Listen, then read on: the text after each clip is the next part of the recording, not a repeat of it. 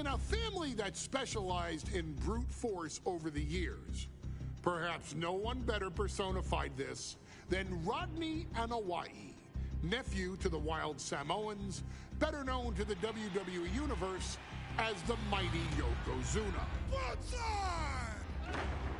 The family's first world heavyweight champion, Yokozuna arrived to WWE in the fall of 1992.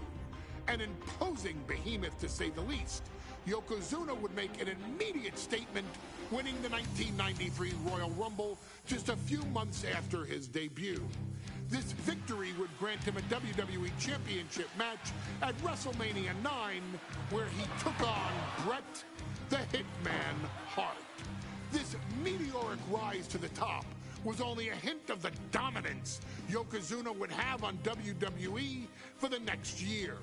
2 WWE championships, a WWE Tag Team Championship, victory over the era's titans like Bret Hart, Undertaker, Lex Luger, and Hulk Hogan. Yokozuna is my middle name. I'm named after my uncle. I carry it with like so much pride and weight on my shoulders just because of like what he's done for this business and like who he is as a person too. It's a cool middle name to have, man. I represent it with the pride, man, that I have. Hopefully, man, I'm making him proud by doing it. The manner in which Yokozuna melded incredible size with unspeakable agility shocked the WWE Universe, who to that point were used to their monsters hitting hard but moving slow.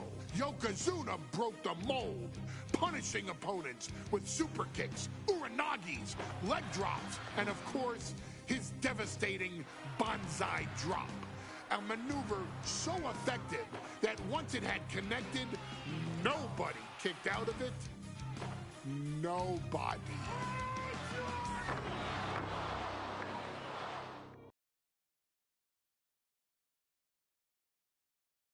Handle all the pressure. You know, it was kind of parallel to how he was in the ring. For someone to be so nimble, you just don't see that very often.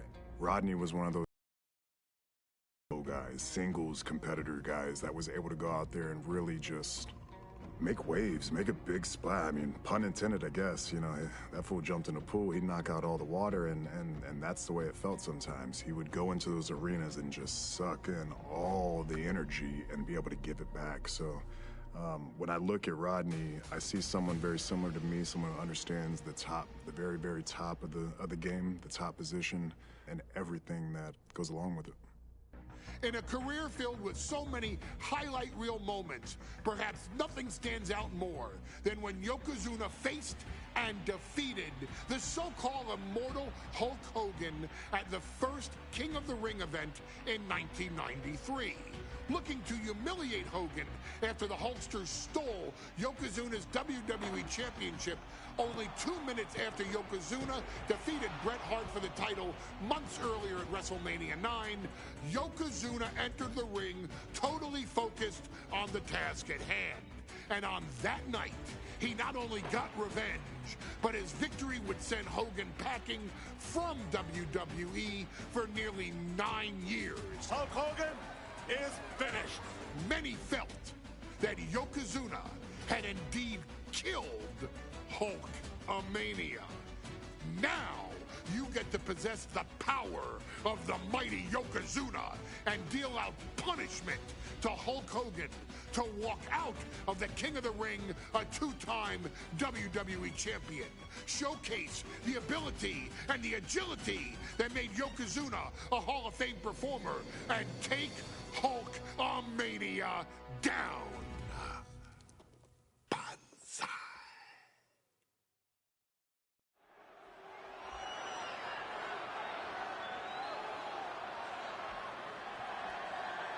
Ladies and gentlemen, this is an event of international magnitude. Photographers from around the world as they are documenting Yokozuna's every move. Coming down the aisle with Mr. Fuji is the champion from Polynesia.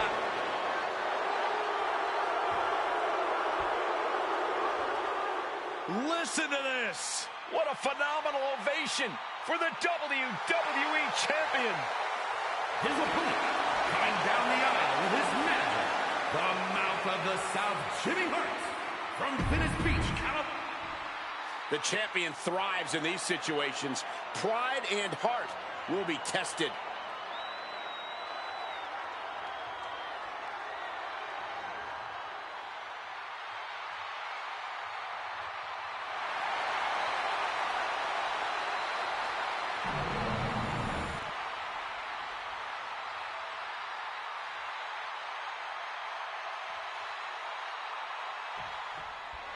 Michael Cole alongside Byron Saxton and Corey Graves, emanating from King of the Ring, 1993.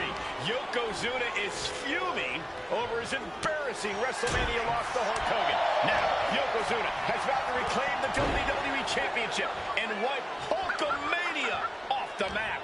Indeed, the last time these two shared a ring, it was disastrous for Yokozuna. Mr. Fuji issued a challenge to Hogan on behalf of his client. And 22 seconds later, Hogan was the new WWE Champion. But that night was mired in controversy as Yokozuna had just been to battle with Bret Hart to win the title. This is going to answer...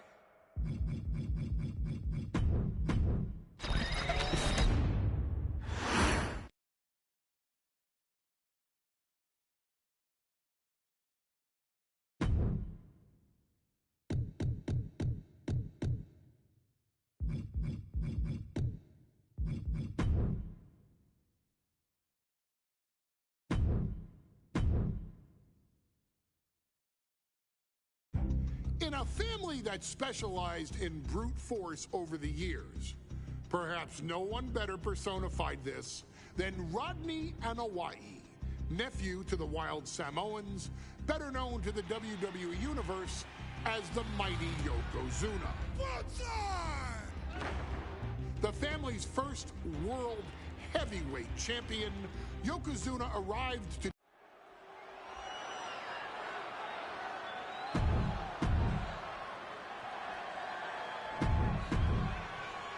You win this title, you are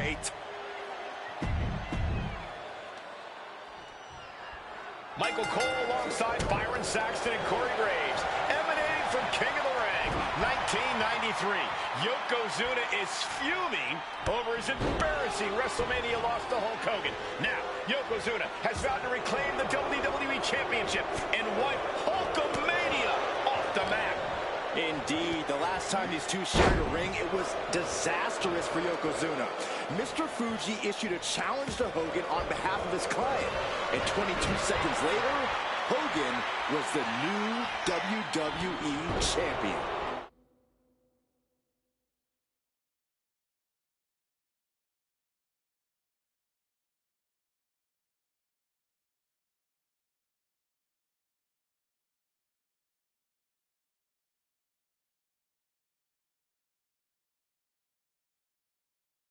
But that night was mired in controversy as Yokozuna had just been to battle with Bret Hart to win the title. This is going to answer a lot of questions from WrestleMania 9. This is Yokozuna versus Hulk Hogan, and we're going to find out. Oh, look out! You got to be kidding me! Putting it all on the line and coming up big with a breathtaking move. Tossed back into the ring.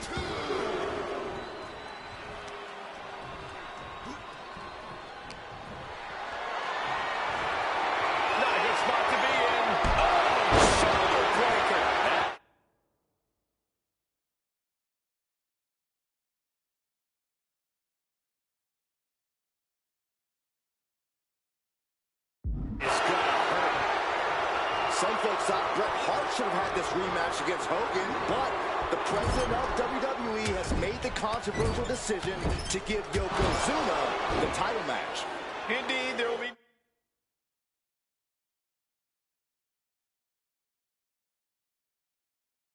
no rematch for Bret, who, I might add, lost the title after Mr. Fuji interfered on Yokozuna's behalf. Instead, he was given an automatic entry into tonight's King of the Ring tournament. The Hitman has certainly capitalized on that opportunity, already defeating...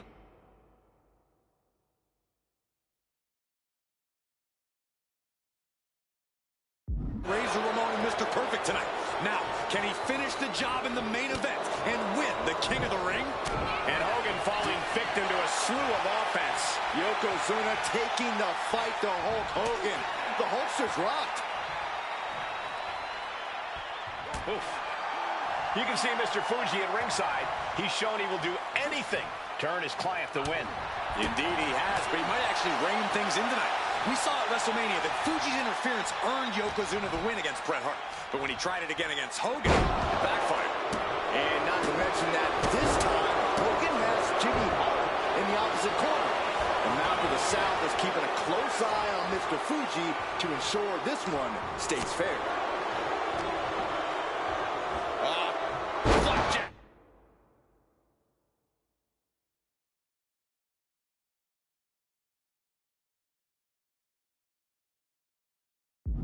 Gosh, landing face first. Oh no, bear hug of pride. This is not good for the Hulkster. Yokozuna applying the...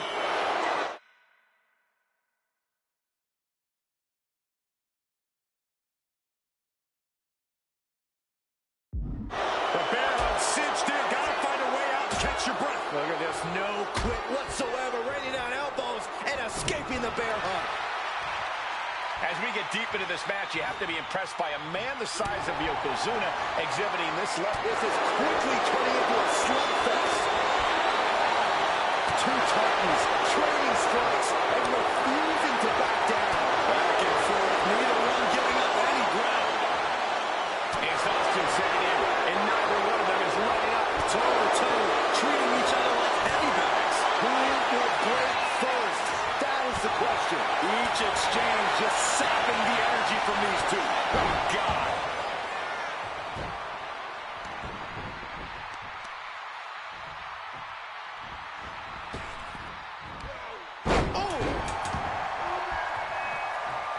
Oh my God! Yep. Yoko now, belly-to-belly slam. That's got to be the end of Hulkamania. Jimmy Hart trying to rally. And a kick out by Hogan with authority. Hulk Hogan's not done yet. Hulk Hogan is coming alive. Yokozuna back to his feet. Big chop to Hogan. And Hogan's starting to hulk up here. How many times have we seen this over the years? These massive strikes from Yokozuna having absolutely no effect on Hogan. Hogan fired up. Hogan's ready to go. Hogan feeding off the energy of all the Hulkamaniacs. And here comes Hulk. And Yokozuna being backed up to the ropes. Big boot. I can't believe Yokozuna's still standing. Hogan continuing to pour on the offense. A second big boot, but Yoko still on his feet. Don't let up, Hulkster. Keep swinging, keep firing away.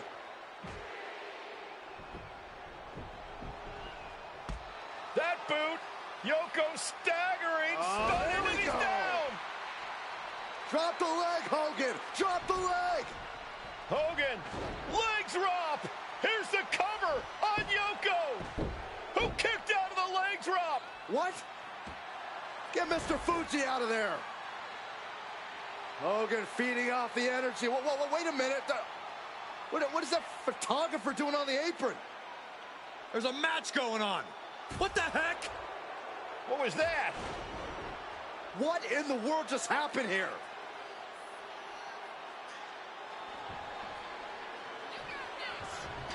Oh, no. A big splash. Yokozuna demonstrating his full power. Hogan's in trouble. High impact. And Yokozuna just taking this to the next level with that move. Just a dominating maneuver. Oh, bruising attack.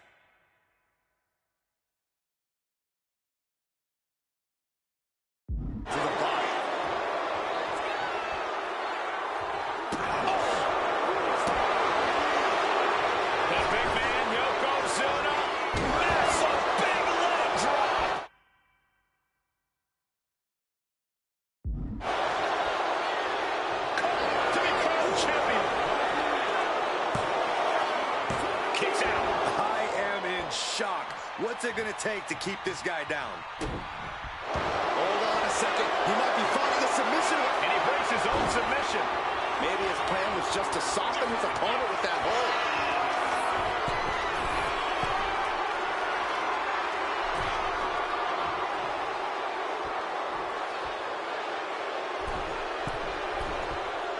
To the sky. Big shot in the face. Yoko says this one's over.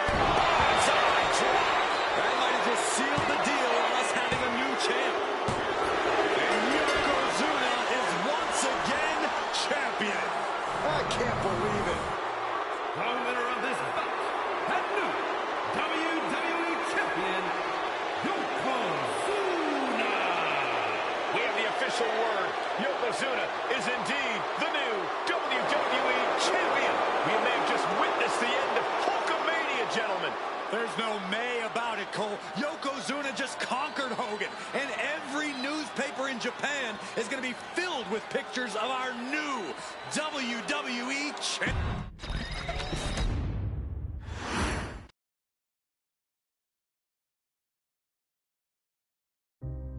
Our next chapter sees the showcase spotlight shine on an area in which the family built their legacy: tag team wrestling.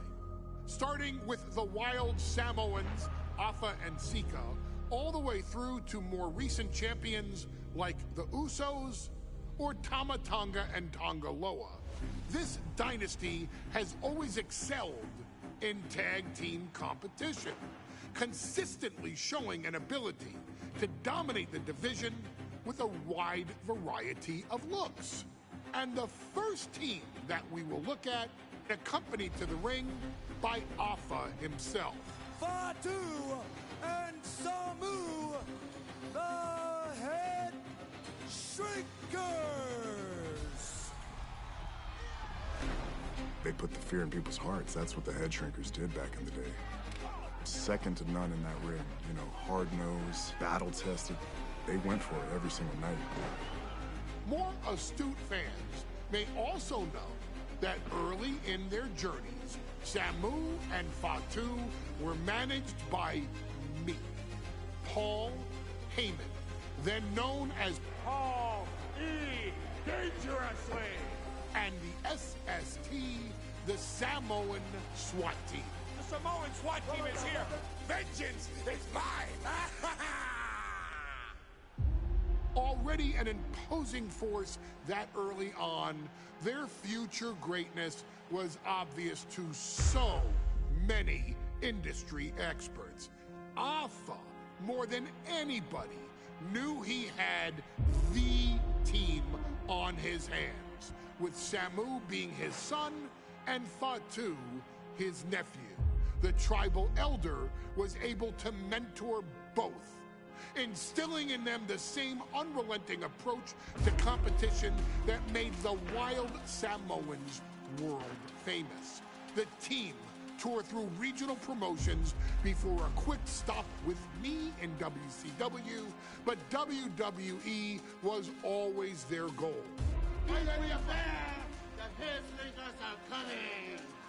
Upon arrival, it was clear that the dynasty's next generation had indeed arrived, immediately drawing comparisons to their world-renowned predecessors. 10 years before it became cool to say, Samu and Fatu displayed ruthless aggression in the ring, overwhelming opponents before the bell and continuing the non-stop attack until their hands were raised in victory. Deceptively agile for men of their size, they brutalized the opposition with devastating dives from the top rope.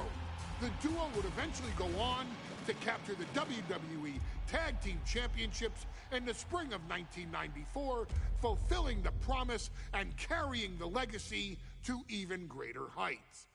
At WrestleMania 9, the Head Shrinkers' one and only in-ring WrestleMania appearance saw them taking on Rick and Scott, the Steiner brothers. Be prepared, Steiner Brothers. We're gonna give you a pain that you have never While I'm not one to make excuses, I am one to give opportunities to you, our expert gaming member of the WWE Universe. And so, today, you have the opportunity to make things right.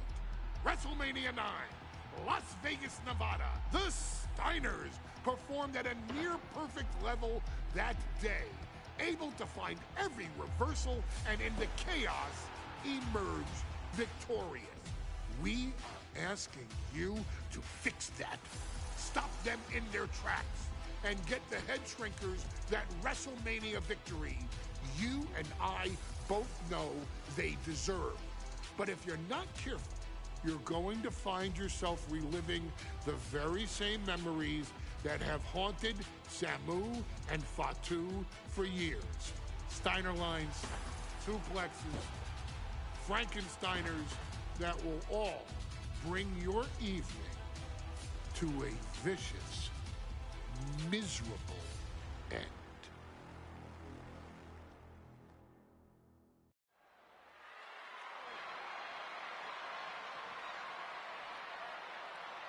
One of the toughest teams in WWE history. Nearly 600 pounds of pure...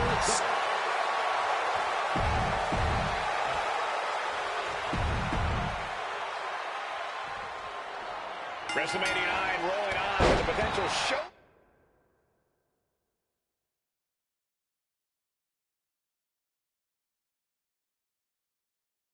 Stealing match, guys. Two very hungry tag teams facing off. Indeed, Michael, the Head Shrinkers and Steiner brothers are both new to the tag division in WWE, but both teams are off to an amazing start so far. And you have to imagine whichever team wins this high-profile fight becomes an instant top contender for the tag team championship. And with two teams this physical on such a big stage, it is indeed going to be a fight. The Head Shrinkers accompanied at ringside by Alpha, but he's not the only tag team legend serving in a managerial role tonight. That's right, Michael. Just like Alpha, Mr. Fuji earned many WWE tag titles as a wrestler. But now, he's hoping to lead Yokozuna to the WWE.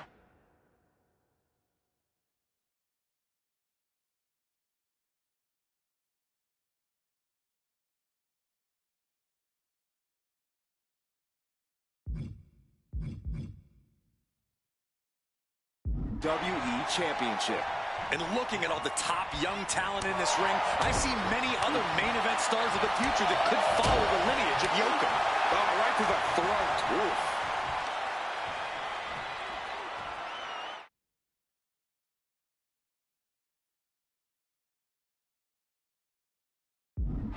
Down in a hurry.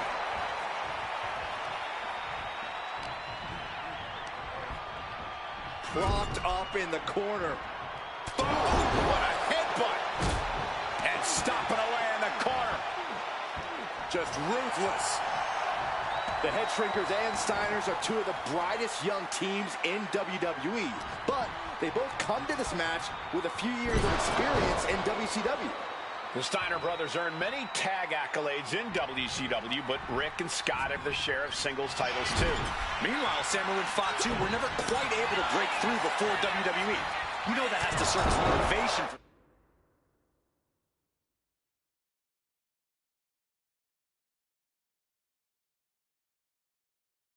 the Head Shrinkers tonight.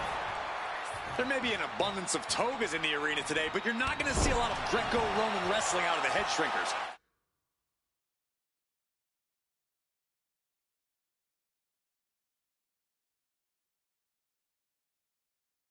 They're just looking to hurt the Steiners. And that actually may help Samu and Fatu here. The Steiner brothers have earned most of their wins by utilizing their amateur wrestling skill set. I can't imagine they'll get many grappling opportunities against dedicated brawlers like the Head Shrinkers. Before this match began, you heard the Steiners speak backstage. Scott saying, quote, "Me and my brother are going to go out with a game plan and do what we do best, and that's wrestle." That's all well and good for the Steiner brothers, but Alpha has gone on record saying that his men are looking to tear Rick and Scott's heads off. And into the corner he goes. Wicked clothesline. And there goes Steiner sent outside the ring. Fatu like a one-man wrecking machine right now, cleaning house. Oh, look at this, the power by Scott Steiner. But the tag was made and Scott not aware. Big kick. Scott Steiner did not see the blind tag made by Samu. Oh, this is not looking good for Steiner. And this is what the head shrinkers do. Top.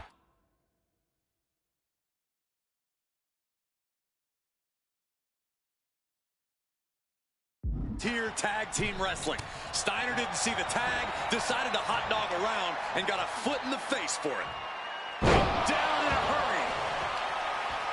As we find ourselves surrounded by all this pageantry, do you think either of these teams is feeling the pressure of their first WrestleMania? I can tell you that Samu and Fatu truly did not care. Alpha has turned these men into brutal fighters who simply want to destroy their opponents no matter where the fight takes place. And as for the Steiners, we know they have big match experience, tons of amateur championship bouts in college, and some of WCW's biggest events. But even those can't hold a candle to the spectacle of WrestleMania. Picture perfect backbreaker.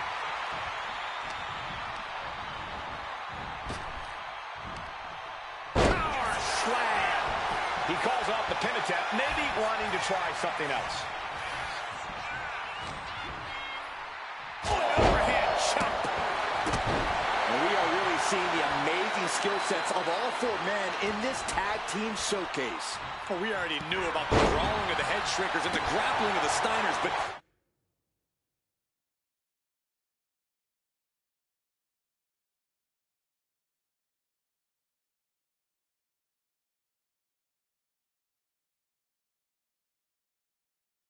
men as big as these four behemoths should not be able to fly around the ring like they have thus far. It is made for an extremely tough act to follow, guys. Gut-wrench suplex. Samu's gaining the upper hand. The head shrinkers smartly keeping themselves out of the grasp of Rick and Scott Steiner. There is a method to the madness of the head shrinkers. Oh, knee right to the spine.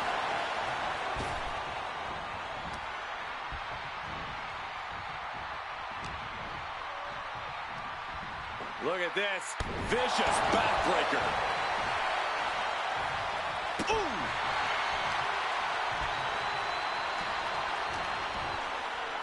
Overhead chop. Up the rope he goes.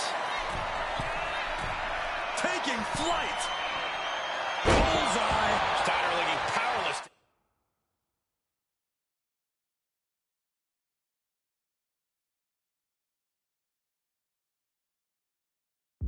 Every attack. Seeing some high-impact offense from Samu and Fatu thus far. I'm not sure the head shrinkers are even going for the victory. They just want to destroy the Steiners. Super going for the cover. He might just have it. And the count doesn't even begin. Truly cannot believe that didn't even get a 1 count.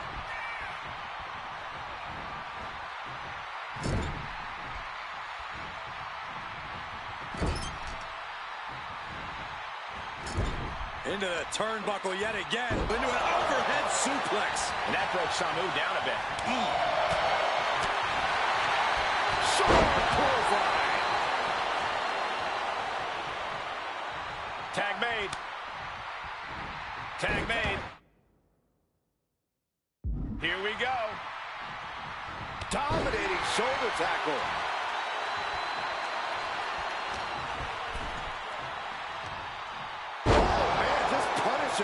He's starting to look battered. I expect a tag soon here. Have to take the chance to get your win back deep into the match. Sidewalk slam! Almost drove him through the ring.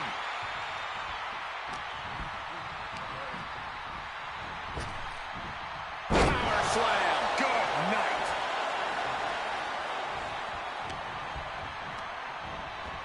Ooh, up into the turnbuckle. Down to the mat.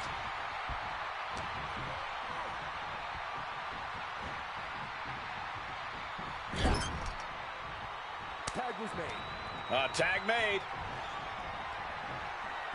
And double headbutt.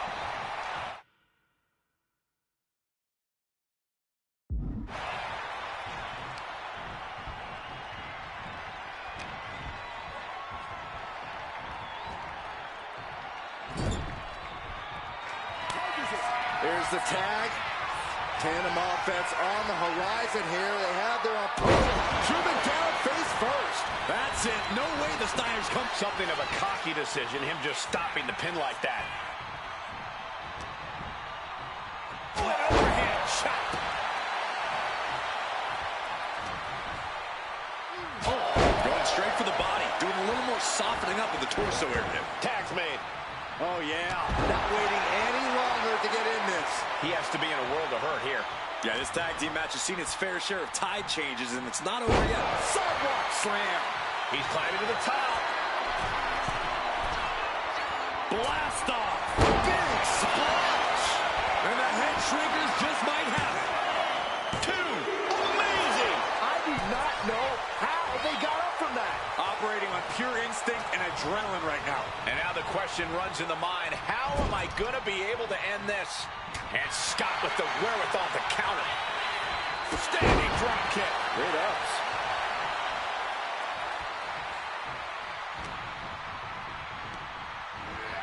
In the corner, has to find a way out of there. Boom, one step ahead there. Oh, Lord.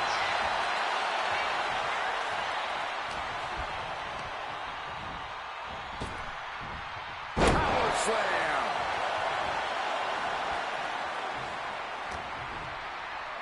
An overhand chop. He has to be suffering here.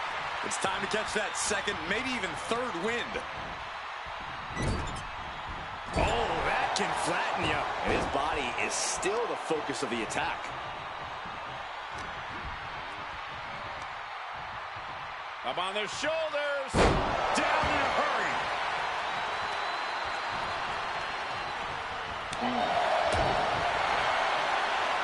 Ooh, answer that with a stiff knee.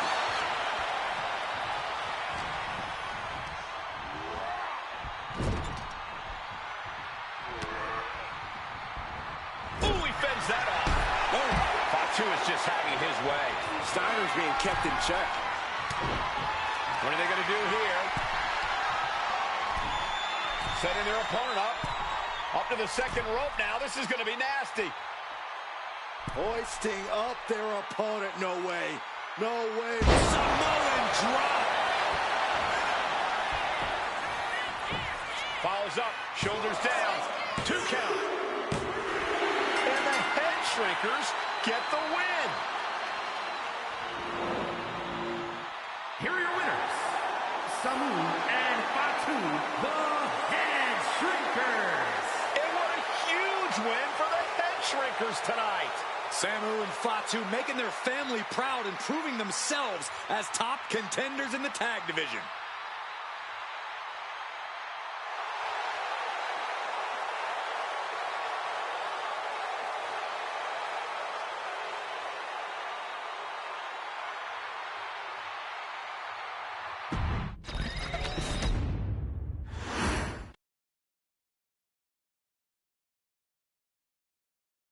Hey, let's put this in the simplest of all terms.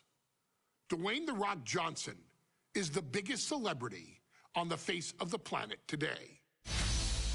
Now, whether he's a blue chipper, the people's champion, or as we know him right now, the final boss, The Rock has always commanded all of the attention in the arena since the very first moment he made his WWE debut at the 1996 Survivor Series. Born into this business, The Rock would become WWE's first ever third-generation superstar, following in the footsteps of his father and grandfather.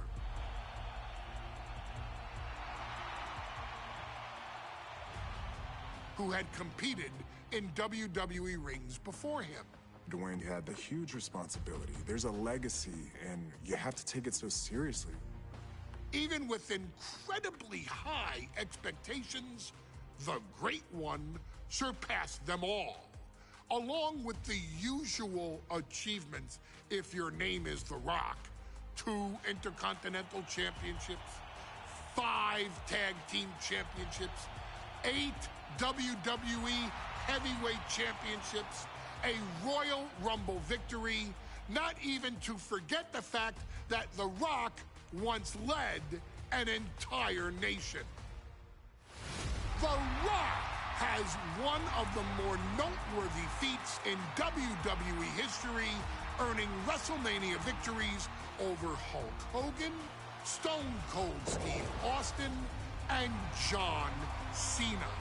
Each of these men are known as the faces of their respective era. Each of these men found out what happens when you go one-on-one.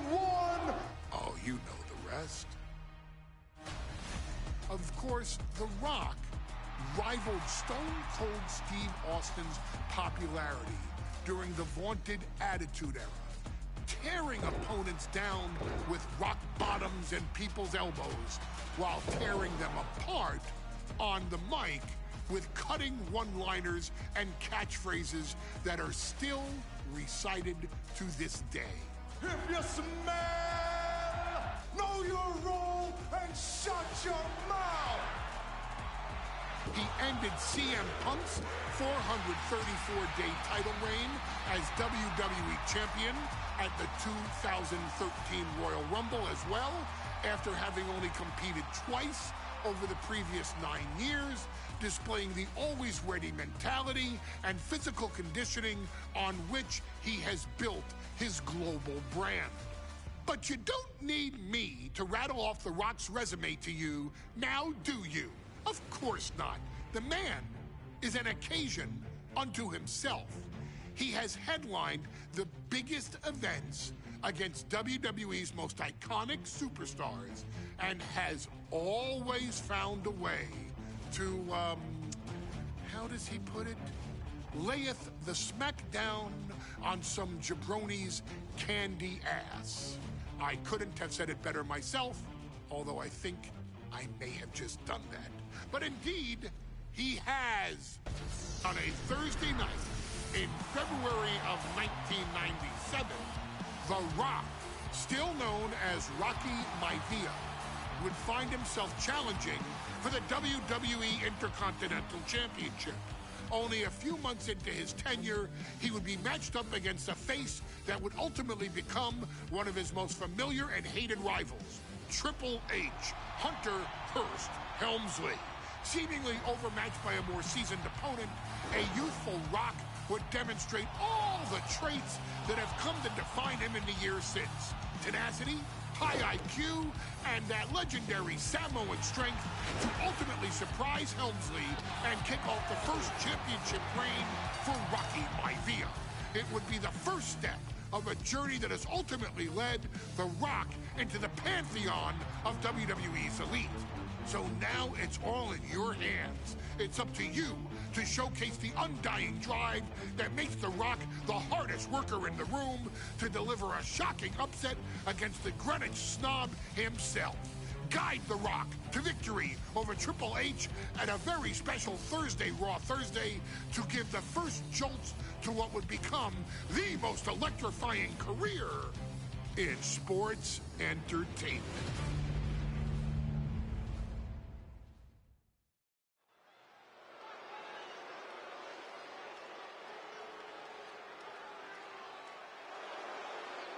And here comes the #1 contender, at least for tonight, Rocky Maivia. The following contest, scheduled for one fall, is for the WWE Intercontinental Championship. Making his way to the ring is the challenger.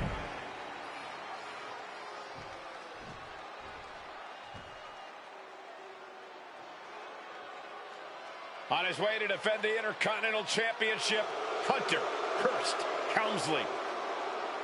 His opponent from Greenwich, Connecticut. Looking at the champion, I guarantee there is no doubt in their mind as to who is leaving this match with the title around their waist.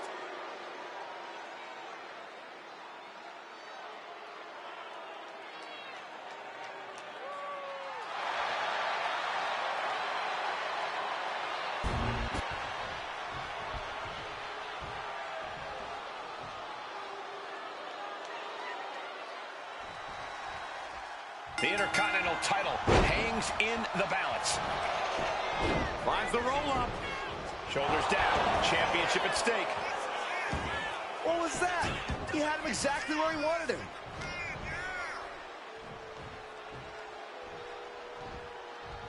Fisherman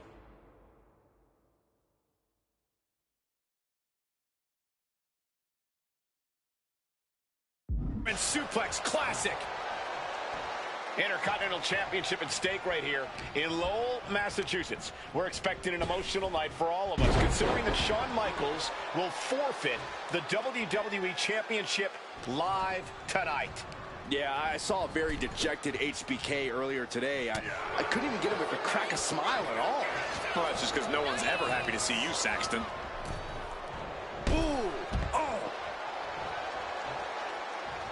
Soaring! Look out below! They got all of that. Just taking flight and soaring through the sky. Whoa. Ooh, effective body blow. And Rocky is delivering solid damage, but needs to remember to get Helmsley in the ring. The title can't be won outside of the square.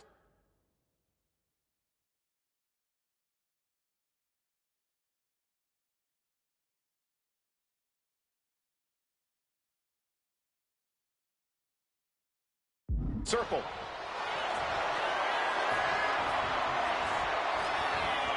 Cobra clutch. Torturing their opponent. In trouble here?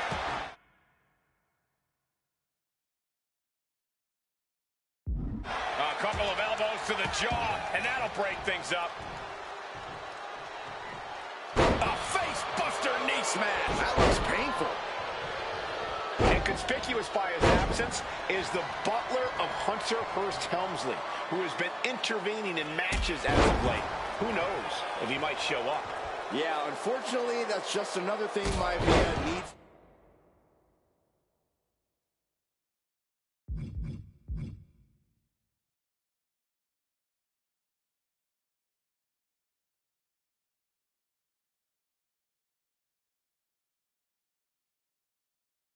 To worry about.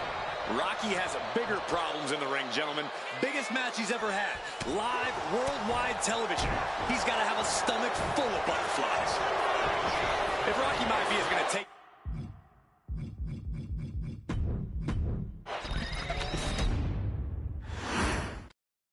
The Intercontinental Championship is on the line here between two superstars who don't have anything nice to say about one another.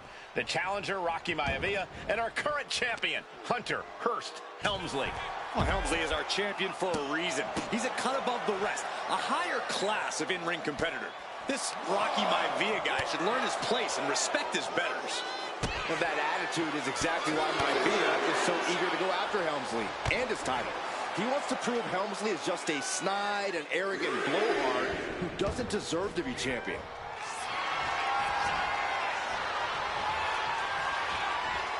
Vintage move here, and he decides to let his opponent out of the hold. Might have felt like he was losing a grip and didn't want the opposition to counter out of the submission. And Byron, Rocky has tremendous exuberance, tremendous youth. He's going to be a star for a long time. I think Rocky Maivia shows more promise than any other wrestlers I've seen.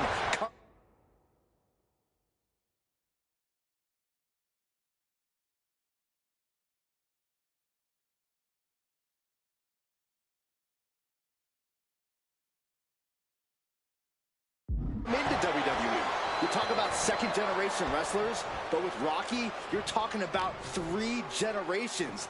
This guy is going to be phenomenal. There's the fisherman suplex.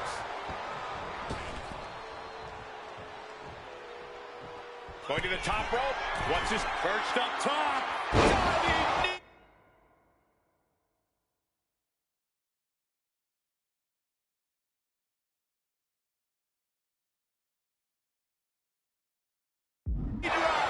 Smart offense now from Rocky. Maivia keeps bringing the energy, and Helmsley has no answer.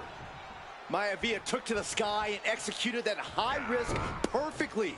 I don't think Helmsley had that scouted at all. And even before the bell rang tonight, I think Hunter Hearst Helmsley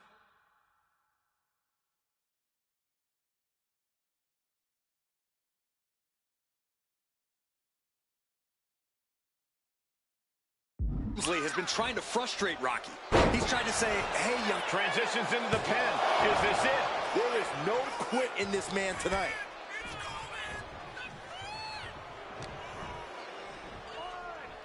Hunter whipped into the corner. Nobody home. Rocky hit hard. And now Hunter looks to take over this match. Helmsley muscling Maivia up to the top turnbuckle in a big right hand.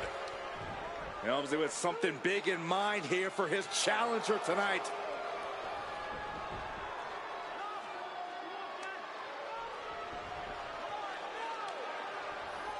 Well, this is just blatant disrespect from the arrogant champion. Almost daring Rocky. Hey, you really want my title? You really think you're going to be Intercontinental Champion? Up to the top. Hooking Rocky into a superplex. This could be it. Can Hunter capitalize? This could be it. Hook of the leg and a cover, and Rocky stays in it, getting his shoulder up. Still not enough to put out the flame of Rocky Maivia. Hunter has to be asking himself, what else do I have in my arsenal? And I think we may get our answer, gentlemen. Yeah, it's just a matter of time, I believe, before this one's over. Hunter hooking Rocky, taking his time, looking to put him away. Maivia just collapsed. This just shows you how much damage Hunter Hearst Helmsley has inflicted on the challenger in this matchup. I think Maivia's done. Official might want to step in, call this one. The official checking on Rocky. Hunter Hearst Helmsley believes this is close to being over. Lifting him back up again. Rocky rolls through. Shoulders down. Rocky wins the title. Rocky Maivia has shocked Hunter Hearst Helmsley. Here is your winner and the new Intercontinental Champion, Rocky Maivia. We have a new Intercontinental Champion.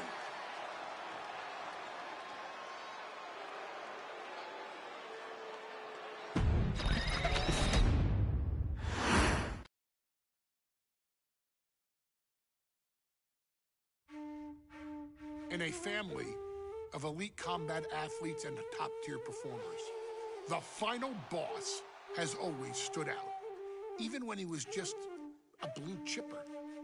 But there wouldn't be a final boss, there wouldn't even be a bloodline if it wasn't for The Rock's grandfather, the High Chief Peter Maivia.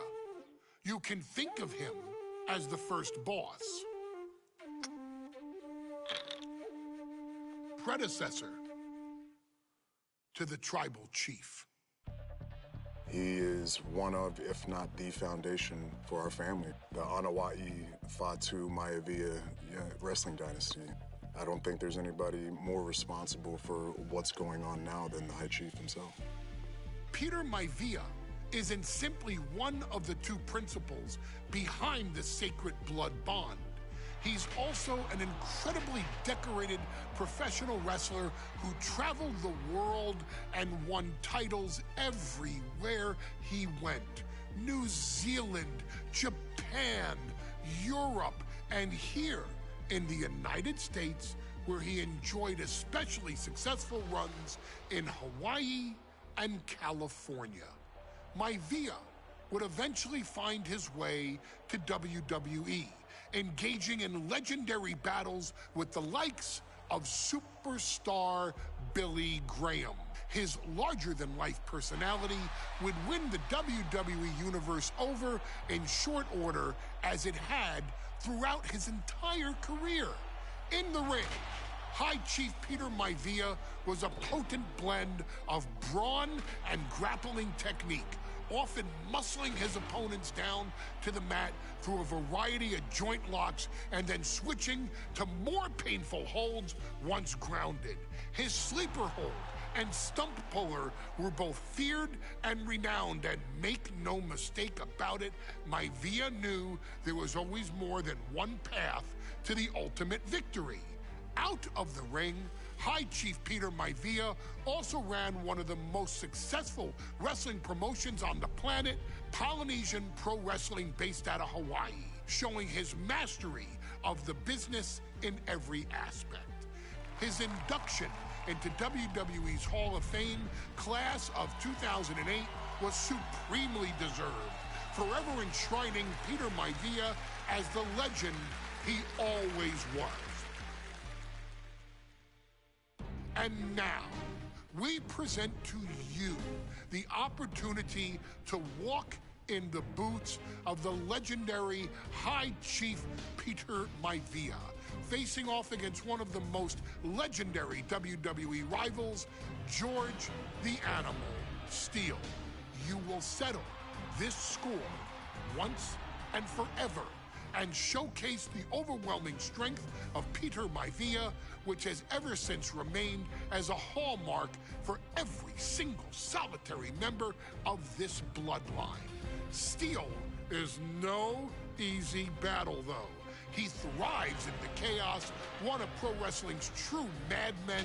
He'll even try to eat part of the ring if he thinks it'll help him break you down. So do your best and honor High Chief Peter Maivia properly with a resounding victory.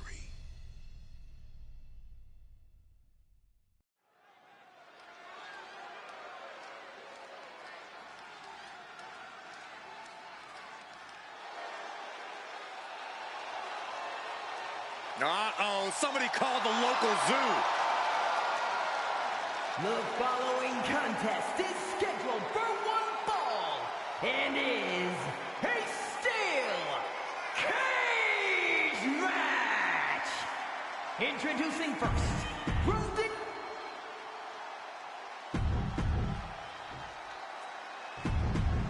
High Chief Peter Maivia taking on George the Animal Steele.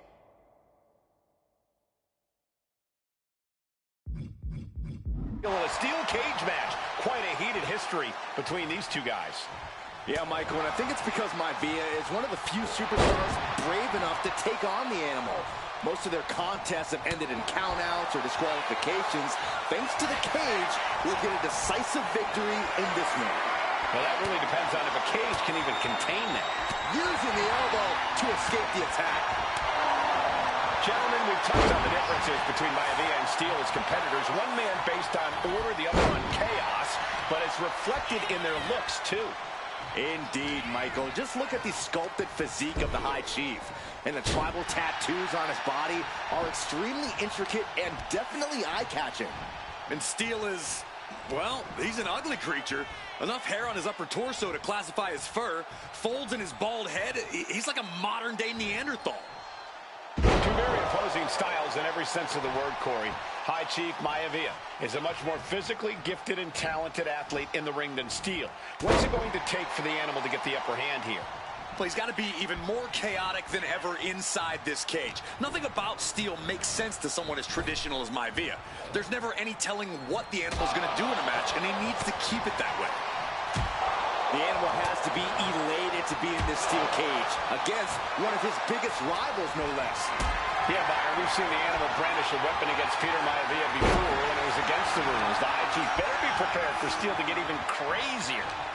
Oh, Maivia's prepared, all right. The man is extremely tough and agile. In fact, the High Chief's entire body can be considered a weapon. And an elbow. Momentum is all with Maivia now. And you can see Steele is struggling to weather the storm of the High Chief. He knew what was coming there. Showing he's not... Oh, no, it's rolled off. He clearly wants to dish out more punishment.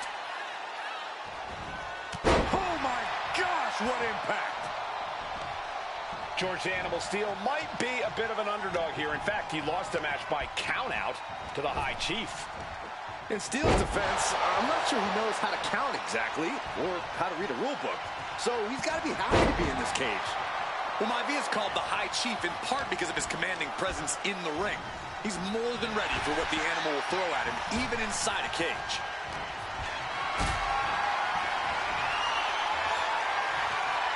Caught in a bad spot. Powerbomb! Surprisingly quick kick out. These men knew this match was going to be hard fought. Headbutt! Got out of the way, but can he capitalize? The High Chief Peter Maivia really making a name for himself at WWE, but he's had plenty of experience on the way up. Plenty of championships on the West Coast, but he's made the biggest splash in Hawaii, where he earned multiple tag team titles. Oh, yeah, Maivia is a huge celebrity on the islands. In fact, I've heard some consider him the personification of Maui. The proverbial mud hole has been stopped, and now it's time to walk it dry. Uh-oh, nothing fancy there. He's making the climb up towards the top of the cage. Flying.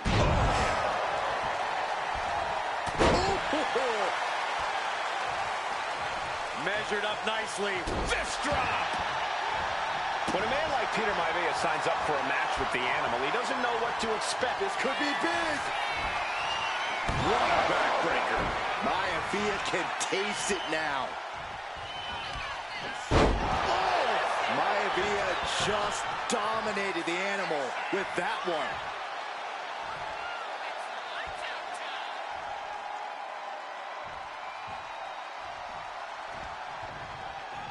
What a chop. Peter Maivia now with the upper hand. Yeah, Maivia has really figured the Animal out here. Head being targeted again, it seems. And his head was once again the target. Time for him to defend against that. Crucial turnaround there because George was falling behind. This could be a good chance for Steele to get some distance and rethink things. Some folks call Peter Maivia the Flying Hawaiian, and the reasons are obvious for that moniker. But, guys, how has he earned the other nickname of the High Chief? Into the pin. George is trying to seal this one up. His arm shot off the mat before one. Better hold off on the victory parade. Steele turning Maivia into the hunted here, looking to dethrone the High Chief.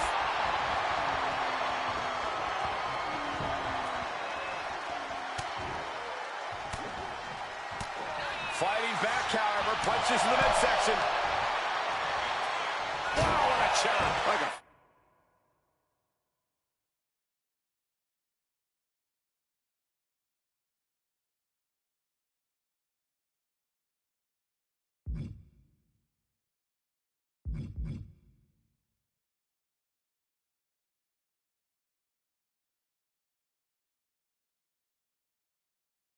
frying pan. Oh, man. headlock. Oh, cheap shot right above the eye.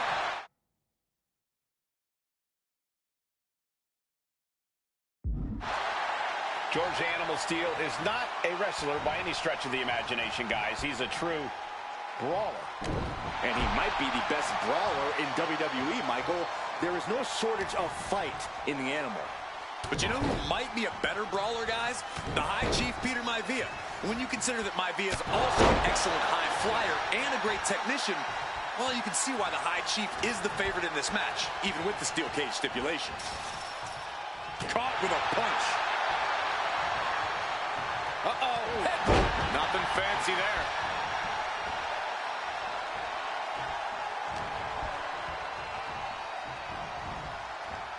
And he gets directed into the corner. And that holds Peter Maivia back. Peter Maivia very tough, but he also has movie star good looks. Quite the combo. And it served him well, Michael. In fact, the High Chief has major acting and stunt work credits to his name. And who knows?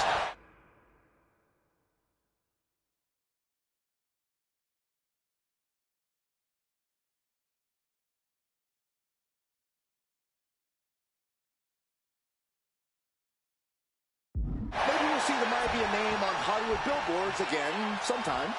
Well, before any of that happens, the High Chief... Here we go again. Landing on the spine. No way Steele's coming back from that. 2 count. And the High Chief defeats the Animal. Here is your winner, High Chief Peter Maivia. Anytime these two have faced off, it's been eye for an eye. But the steel cage has finally delivered a decisive victory for the High Chief, Peter Maivia. George Steele is one tough animal, but the way Maivia faced him in the cage tonight just reinforced what everyone already knew, that the High Chief...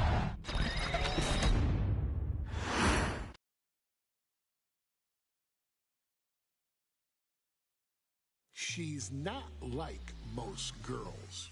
She's also not like most WWE superstars. Nia Jax, the reigning queen of the ring, is a reckoning, a force of nature that blitzes right through her competition. A cousin of The Rock, Nia Jax arrived in NXT almost 10 years ago with astronomical expectations. Undaunted, Nia Jax would dominate early opponents, finding herself competing for the NXT Women's Championship mere months after her debut. It did not take long for those running Raw and SmackDown to take notice. Well, our next pick, Nia Jax! And Nia Jax would join the Raw roster as part of the 2016 draft lottery. And since joining the main roster, absolutely no one has been safe from Nia Jax. She is a two-time women's champion. She is a two-time women's tag team champion. She competed in the men's Royal Rumble match in 2019, even getting an elimination while in the ring. Nia Jax looking to eliminate. She does. She's battled standouts like Charlotte, Bayley, and Becky Lynch. And all the while, she has left undeniable destruction in her wake. In the ring, she applies many of the same tactics that once benefited Yokozuna, even using her own version of the Banzai Drop, known as the Annihilator. And just like its namesake, if it connects, your night is over. And Nia Jax remains driven for even more success, jumping at any opportunity to prove her dominance. This last year, that included entering into the 2024 Queen of the Ring tournament after earning victories over Naomi, Jade Cargill, and Bianca Belair. Nia Jax would fight her way into the finals, taking on former NXT Women's Champion Lyra Valkyria. Valkyria built a lot of momentum, defeating Dakota Kai, Zoe Stark, and Io Sky to punch her ticket into the final at the Queen and King of the Ring. With an obvious game plan, Lyra would look to stick and move, avoiding the colossal attacks of her opponent. Unfortunately, as often happens when competing against Nia Jax, Lyra made one miscalculation, and that error in judgment provided Nia Jax with the opening she needed to annihilate her competition.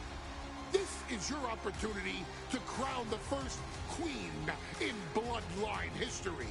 Make Lyra suffer. Make her regret ever entering your ring. Showcase the otherworldly power that forces an entire roster to cower in your presence. Because when you're an irresistible force like Nia Jax, resistance is futile.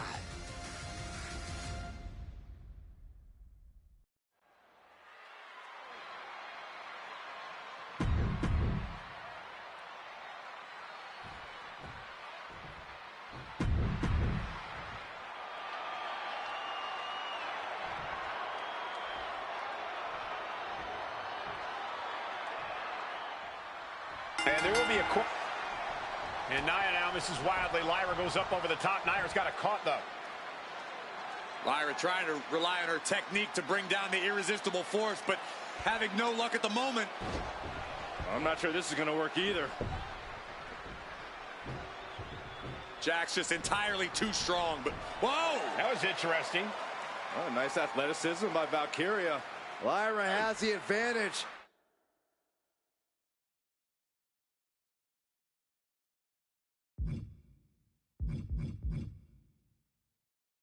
She has Nia reeling.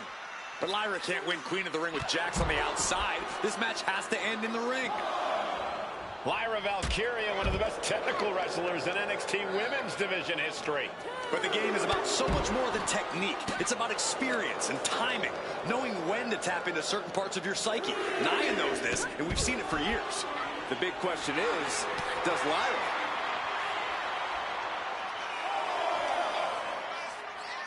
Good Lord. Talk about getting drilled.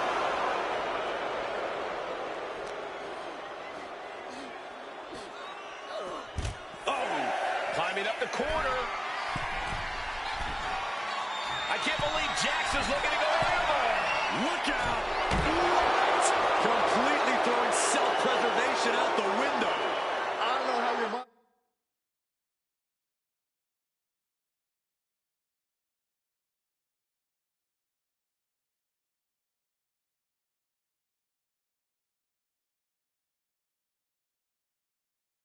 I would even think about doing that.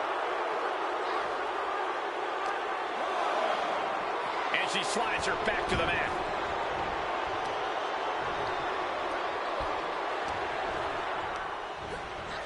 Fired hard into the corner. It crashes to the mat.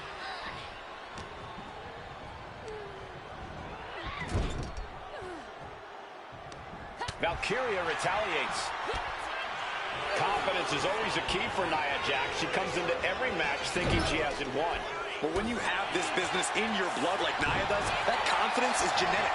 But ever since the Irresistible Force returned to WWE 8 months ago, her confidence has been on another level. And she's gaining even more confidence as this match progresses. Jax may just be unstoppable now. Corey, what do you think is going to be the key in this match for Nia Jax? She's certainly made plenty of promises when it comes to being Queen of the Ring. What Nia brings to the dance, Cole, is raw power, the likes of which you rarely see from most men, let alone women. Nia has absolutely no problem using that power in the...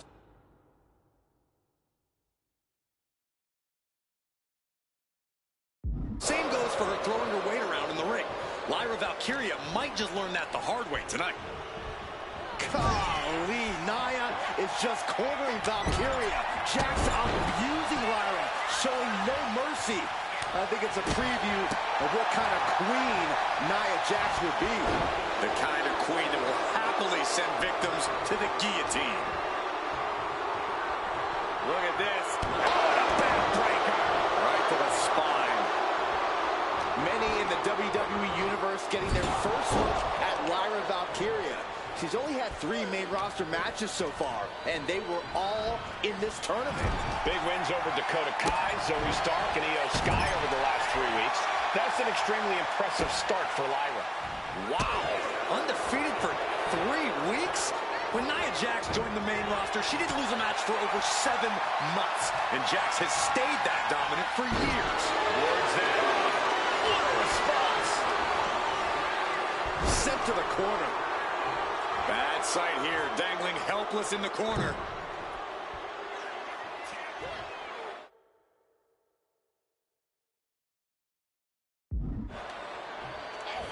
Stuck in the tree of woe and just having their face stomped.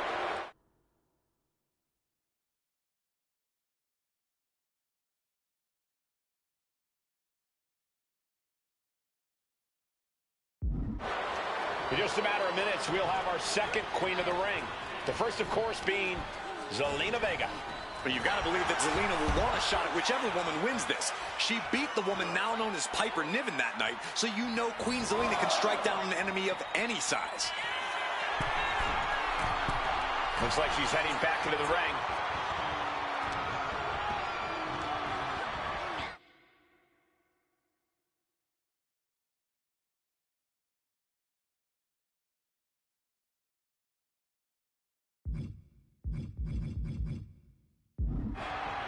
Uh-oh. Samoan drop.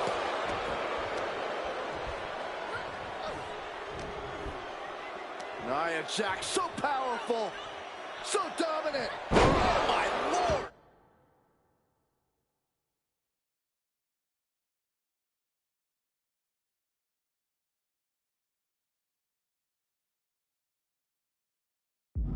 And it appears that the crown is now within reach for Jax. Well, if you didn't see things going this way, Valkyria crushed in the corner by Jax. Squashing Lyra in the corner, and the beginning of the end may be near. And Nia now, with Lyra on her back, going to climb up to the second rope. This is a scary situation for Lyra. Oh, look at this. Maybe not. No way. There's no way. Oh! Oh, my. Oh, no! Good night, Annihilator! Here is your winner and the new Queen of the Ring, Nia Jax! What a victory to the brand new Queen of the Ring! Nia said she would do it, and she backed up her claims. And now the Chief Content Officer of WWE and Triple H going to come in to congratulate Nia Jax, officially crown her the Queen of the Ring. Absolute dominance by the new Queen.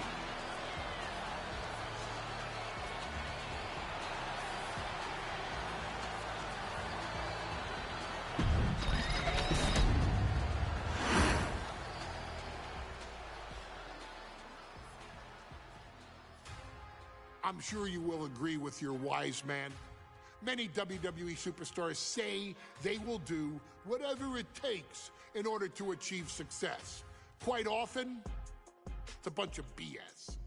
But if you're lucky, you may run into someone who is willing to look out for the group. Someone willing to make sacrifices.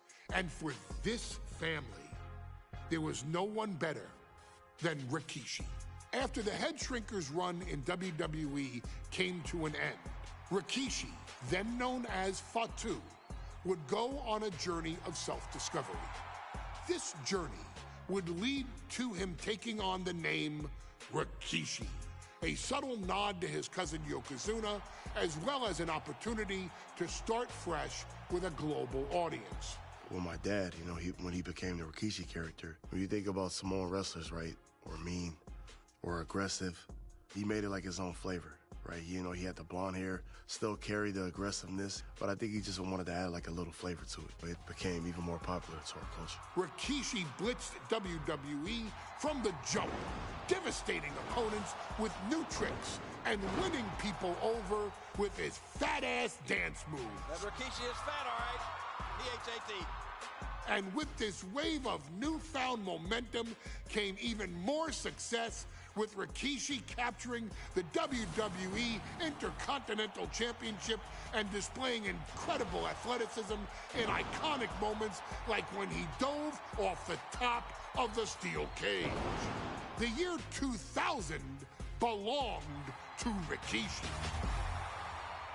But little did anyone know, Rikishi held a dark secret regarding a decision he'd made not for his own benefit, but for the benefit of the family. It was at the 1999 Survivor Series that Stone Cold Steve Austin was hit by a car in the arena parking lot, forcing him from the main event later that night for the WWE Championship. For nearly a year, all of WWE was consumed with figuring out who was driving that damn car and why Austin was targeted in the first place. The verdict came in. The car was driven by Rikishi. Rikishi would stand strong. Stone Cold Steve Austin. I didn't do it for me. I did it for The Rock. What? Rikishi would lay out a years-long gripe that WWE preferred Steve Austin to The Rock, and so Rikishi had made sure that The Rock's only competition had been removed from the picture. Rikishi sacrificed his own popularity to reach this goal. The Rock thrived while Austin was on the shelf. For Rikishi, the struggle and fall was all worth it. Rikishi knew that he would eventually have to face off with the Texas Rattlesnake to answer for his sins. And he welcomed that meeting with open arms. What Rikishi was unprepared for was for WWE to stack the deck entirely, looking to make Rikishi pay for taking out their golden goose. Stone Cold Steve Austin was allowed to drive his truck directly to the ring and was generally given the freedom to do whatever the hell he wanted in the name of revenge. We are going to make things right.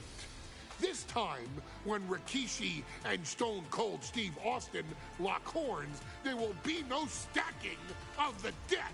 Someone willing to give of himself so that his family, this family, can succeed, deserves better. So get in there and showcase the never say die spirit that has led this family to victory time and time and time and time and time and time again. Use whatever weapon you can get your hands on and prove to Stone Cold Steve Austin that you will do anything for the people.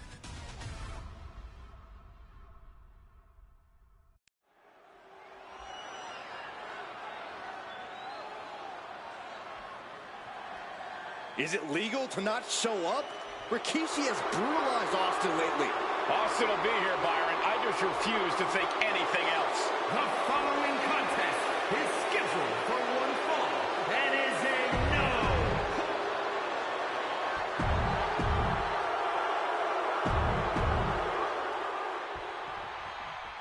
We now know the sick, demented side of Rikishi.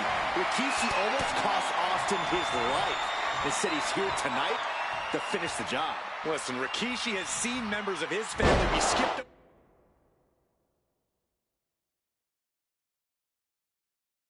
over while other superstars skyrocketed to unimaginable heights.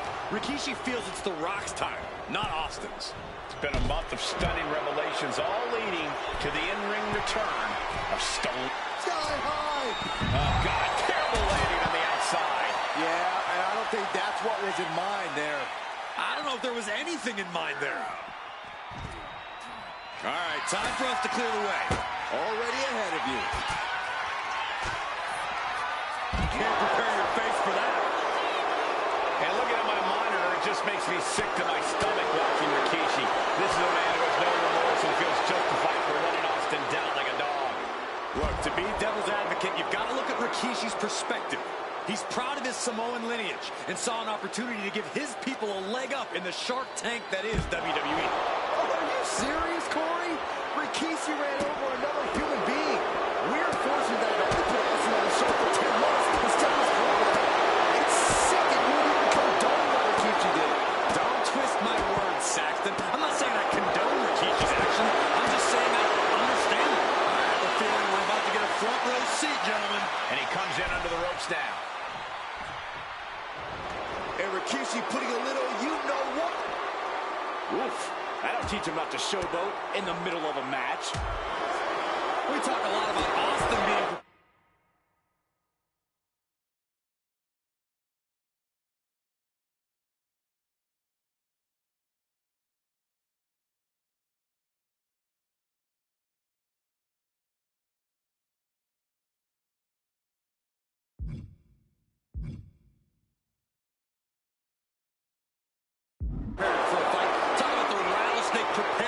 Rikishi a dead man. Well, right now it's Rikishi doing the brawling. Rikishi's disdain for Austin looks greater than even we anticipated.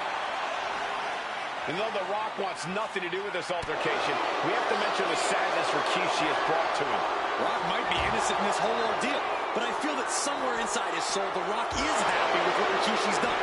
The Rock is proud to have Rikishi and his family. No, Corey, what kind of lies are you trying to spread? We've heard Rock say Rikishi deserves what Austin is going to bring him. There's no family pride in that statement. I'm just saying that blood is thicker than water, and it's been an easier ride for Rock without Austin in the picture.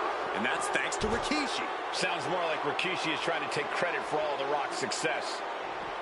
Corey, this situation is so far beyond rational thinking. It's so personal. What does Stone Cold have to do in this one to leave here victorious against Rikishi? I don't know if you can tell someone who almost lost their life at the hands of their opponent to think rationally. Austin has rage, and win or lose, he's going to unleash it all on Rikishi. He can be enjoying the moment too much, giving his opponent a lot of room to recover. He's leaving the ring now. No countouts to worry about. grabbing a bat, and here I am without any peanuts. And Rikishi evades that. And Byron, I just cannot see any legitimate reason to run over Stone Cold like Rikishi did last Survivor Series. I mean, Austin does run for the feathers of a lot of people, Michael, but I don't think any of his rivals would go to the disgusting lengths that Rikishi's gone to.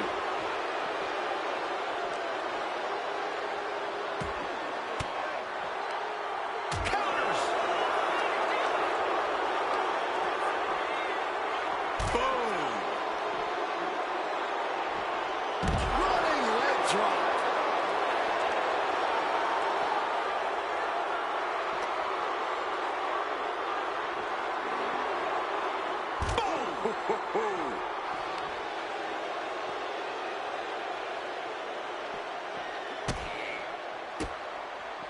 And he has an answer for Rikishi. We've talked so much about motives leading into this match. In my view, Rikishis are delusional. His family have been given equal opportunities, and they all took full advantage of them. Yeah, my blood boils at the propaganda Rikishi's been selling. But I'll tell you, about the most legitimate motive, shoulders down, this could be it. An easy kick out there. Channeling his energy to stay in this matchup. Oh, the reversal by Rikishi. Driven down.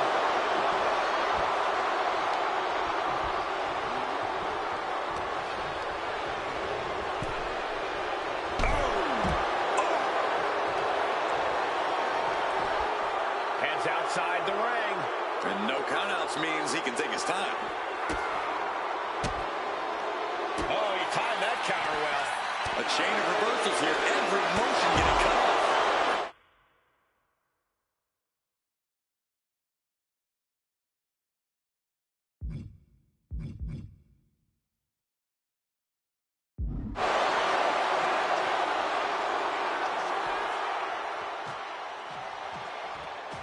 Austin and Rikishi trading heavy artillery on the outside, and here comes the rattlesnake.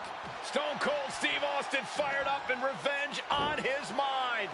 You got to think about how bad Austin has wanted this ever since Survivor Series last year. Been dying to get his hands on Rikishi.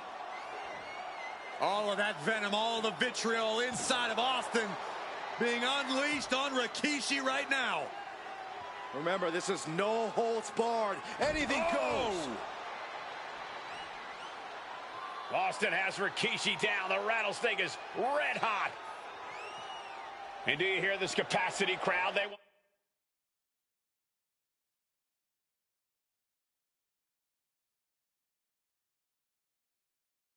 want more from Stone Cold. All that he wants to see Rikishi get beaten down like a pile of human filth. Still fighting back. Look at him go.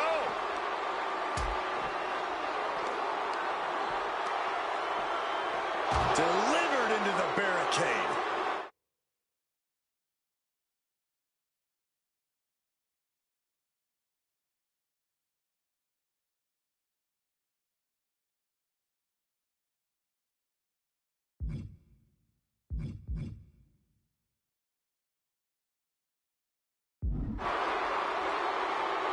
Oh, man, look at this. Right into the barricade. Scary mindset for the rattlesnake. Austin has scattered pictures of Rikishi all over his home. Said that every time he looks at Rikishi, he's looking at a dead man. Yeah, Rikishi taking that as an empty threat, thinking that Austin isn't the man he claims to be. But trust me, when Stone Cold says he has you in his crosshairs, that's no empty threat. Oh, man, meeting the barricade. His body has taken a lot of the punishment.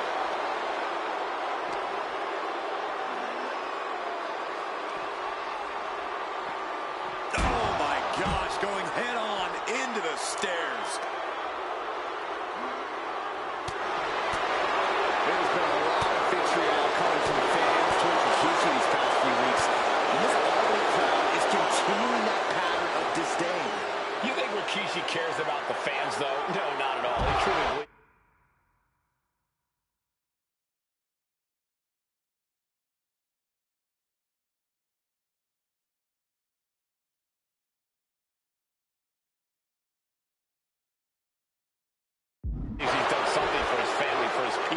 His family's respect is the only respect he's desperate for. Uh-oh, guys. We should probably take a step back here.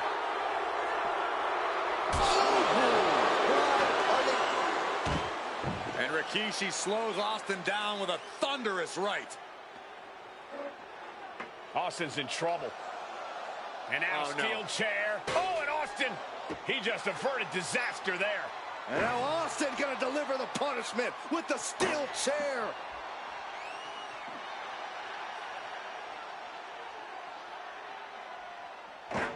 A relentless Texas rattlesnake beating the brakes off of Rikishi with a steel chair. And again, thunderous blows by Austin. Down goes Rikishi. Austin beating the hell out of him. I know Austin has good reason to be doing all this, but he could be taking it too far at this point. I don't think the rattlesnake...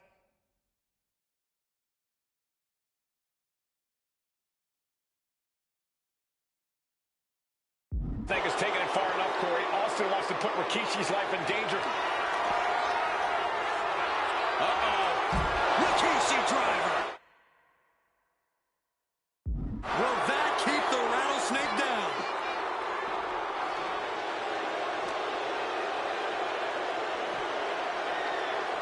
And he tosses it back in there.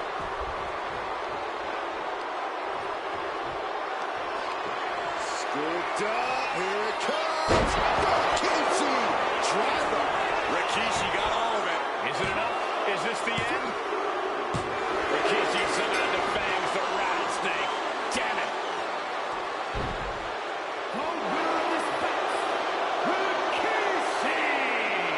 This is not what many of us expected to see.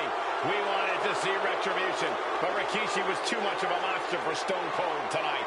The vitriol that consumed Rikishi powered him to finish the job and leave a battered Austin in his rear-view mirror.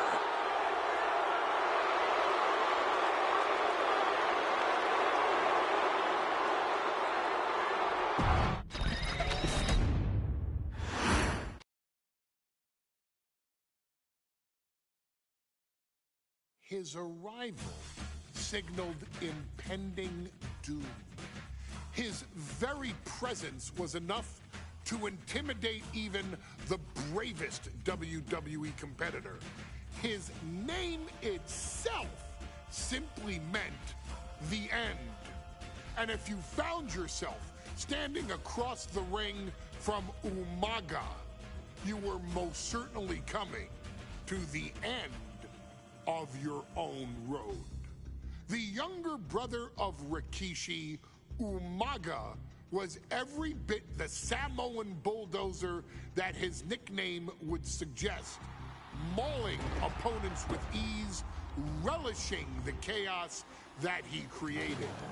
A menace to the entire roster, an unrepentant badass, Umaga tortured his prey with high-impact collisions before ultimately sealing their fate with his vaunted Samoan spike, a vicious move used today by Solo Sikoa.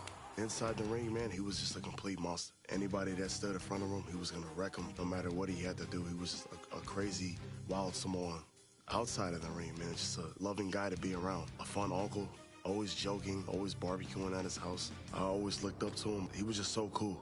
Perhaps an unheralded aspect of Umaga's game was his mastery of mental warfare. Umaga loved to present a wild, out-of-control savage, one who needed manager Armando Alejandro Estrada to handle all the details while he destroyed opponents. Umaga was the perfect definition of the word aura. A two-time intercontinental heavyweight champion, Umaga established himself as one of the purest forms of dominance to ever set foot in a WWE ring.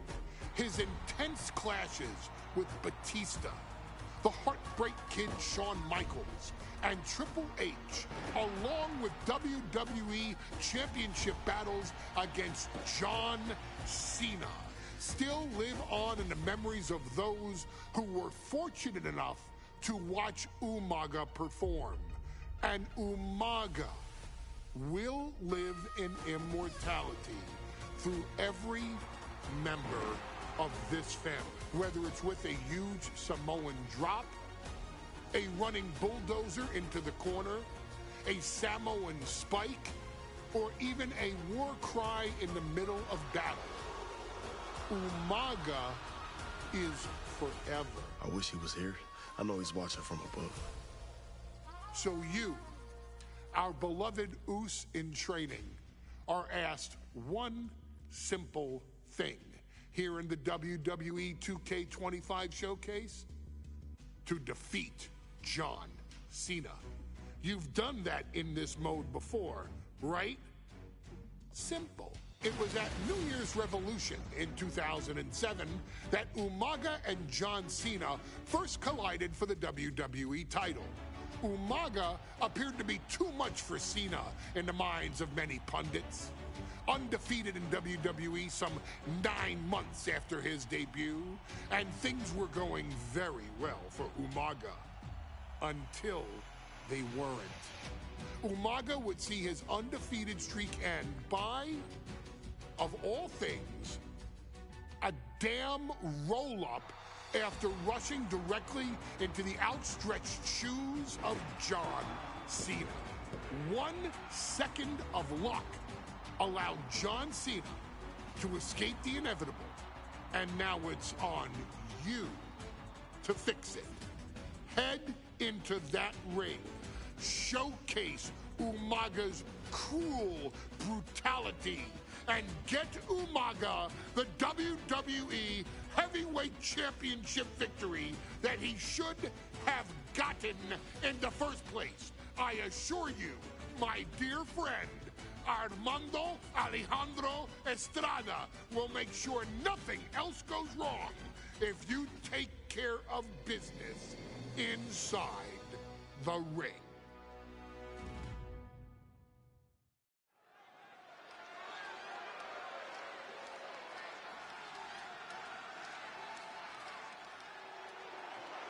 Well, ladies and gentlemen, here he is. He could be the next WWE champion, the near 400-pound Umaga. A man that since debuting right after WrestleMania 9 months ago has remained undefeated. And Umaga has been in the ring, Byron, with the best of WWE. This man looks, moves, and sounds like a movie monster. Except Umaga is for real. He is a Samoan bulldozer, an 18-wheel version with a mean streak. Big, athletic, strong, and probably going to outweigh John Cena by well over 100 pounds. Since 1963, the WWE title has only changed hands twice here in Kansas City. That's twice in the last 47 years. But Umaga is a scary human being. He can easily change that trend right here tonight.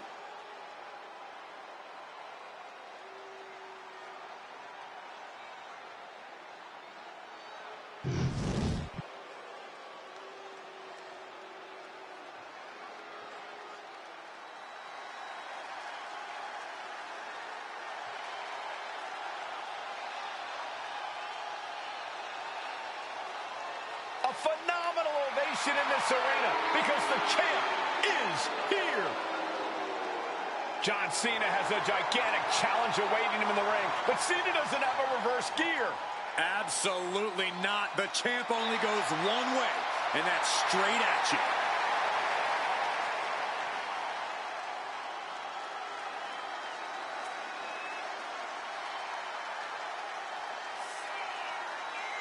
John Cena, a 3-time WWE champion, the handler of Umaga, Armando Estrada, trying to control this undefeated challenger. Once the bell rings, these two are going to go at each other full force.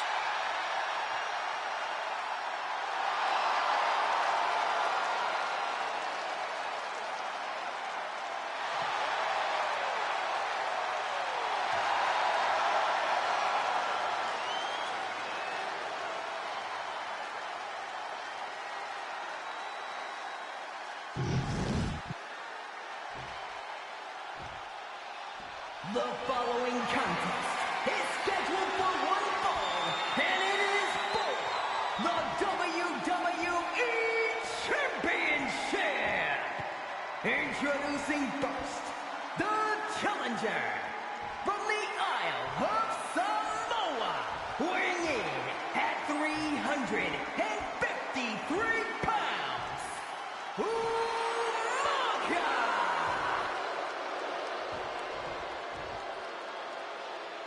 And from West Newbury, Massachusetts, weighing in at 248 pounds, he is the WWE Champion, John Cena!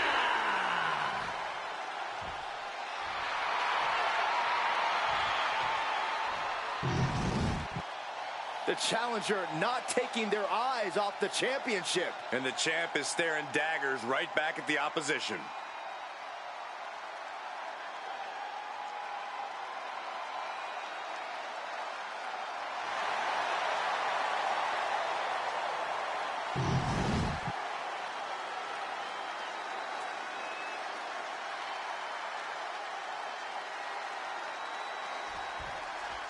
John Cena and Umaga battling here for the WWE Championship. Will John Cena halt the Samoan Bulldog?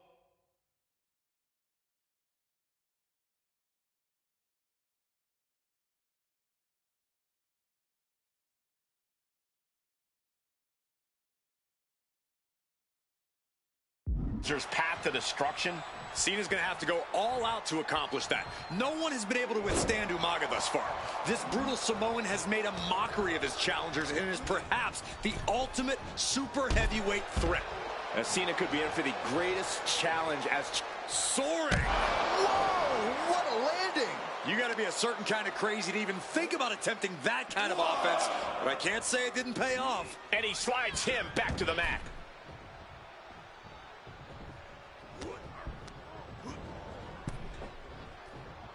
Ooh. Such a unique situation for the champion John Cena tonight. This could be the first time in Cena's career that he comes in as an underdog champion. That's a credit to the challenger. Anybody would be an underdog against a man that's undefeated. Umaga simply looks unbeatable. But John will fight you as long as he's breathing. That's the Cena style. A completely relentless attack from Umaga. Umaga is simply overpowering John Cena right now. And gets tossed back into the mat.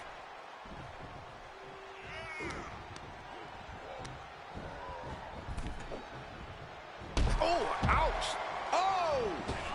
And now he's going to the top rope.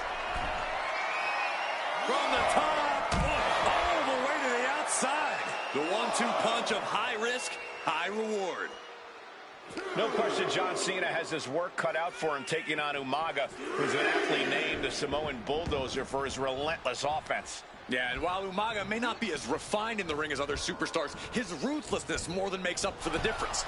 If Umaga can connect with some truly merciless attacks, then Cena and his title reign could quickly be in trouble. And don't expect much of a wrestling match in this one. Expect more of a brawl. This is not going to look pretty. It's going to get ugly. This is two trains on a track to a head-on collision. Toe-to-toe, it's going to be bad, it's going to be bloody, and it will come down to who wants it more. Oh! Oh! Watching! Whoa, look out! Took a leap of faith and connected perfectly. This could be just what they needed. Oh, gets blasted into the steel steps. And you just see Cena's legs bend awkwardly off the steel steps. Umaga really pinpointed a target with that attack. I don't know if it was strategic on the part of Umaga or just a result of his rampage, but either way, taking out Cena's foundation is going to sway the power advantage into Umaga's favor now. Taking things to the top rope. From the top. Oh, he paid for that high risk.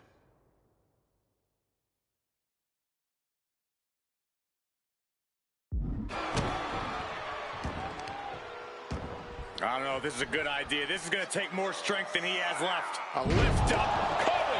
We're going to shut this down. He gets an emphatic kick out. Gonna take a lot more than that to keep this man down. Poorly timed offense there. Oh. And a well-timed counter. Right in the breadbasket. Getting carried to a vulnerable position here. Oh, God, face first. Super kick. Oh, God. The WWE Universe is pouring more fuel on his fire right now. Oh, man, right to the esophagus. A rare position for Cena in this fight. We can't often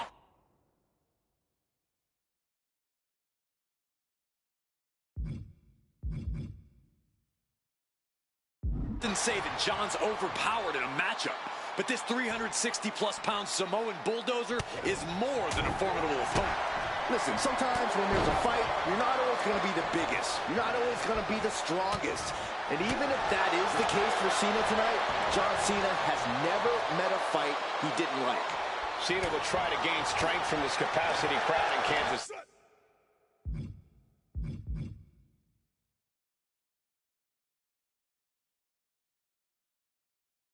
But not even that may be enough to stop a rampaging Umaga. And Cena's starting to falter here. Cena has no response for Umaga's savage and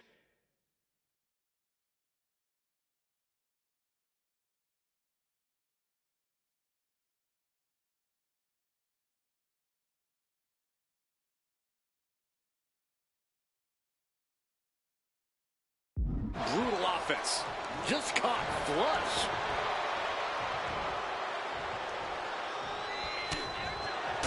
Umaga is truly a specimen to marvel at, Corey. And his handler, Armando Alejandro Estrada, knows he has a thoroughbred on his hands. There's a difference between thoroughbreds and Umaga, though, Cole. Thoroughbreds can be tamed. Umaga cannot. Estrada can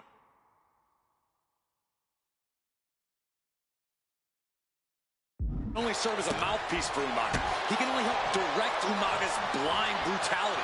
I think even Estrada knows no one can control the Samoan bulldozer. Down in a hurry.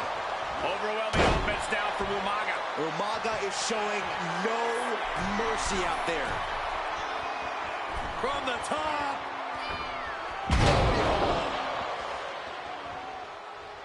Ooh.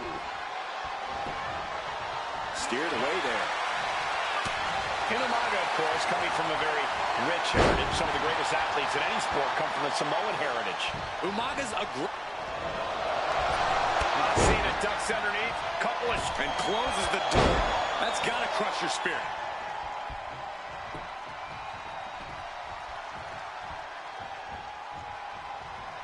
winning heel kick. Umaga heading top rope. From the top. Diving headbutt. Boom.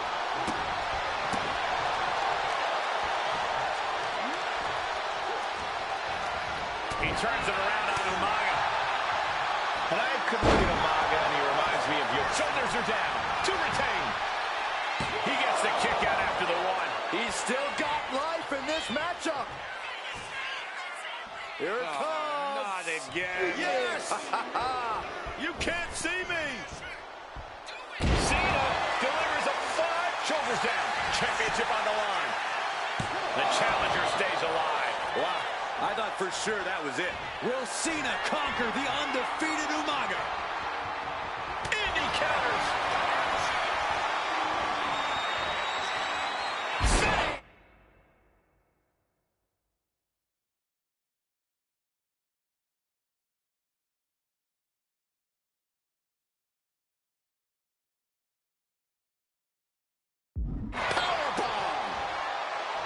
Two powerhouses, a championship on the line. We knew this would be a battle. Umaga and Cena aren't giving up any ground here.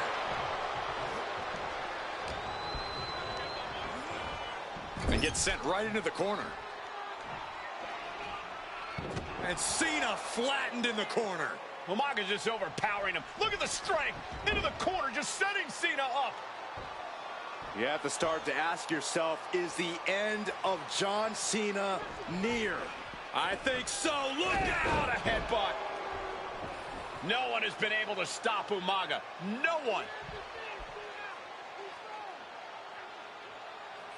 You are seeing why Umaga is undefeated.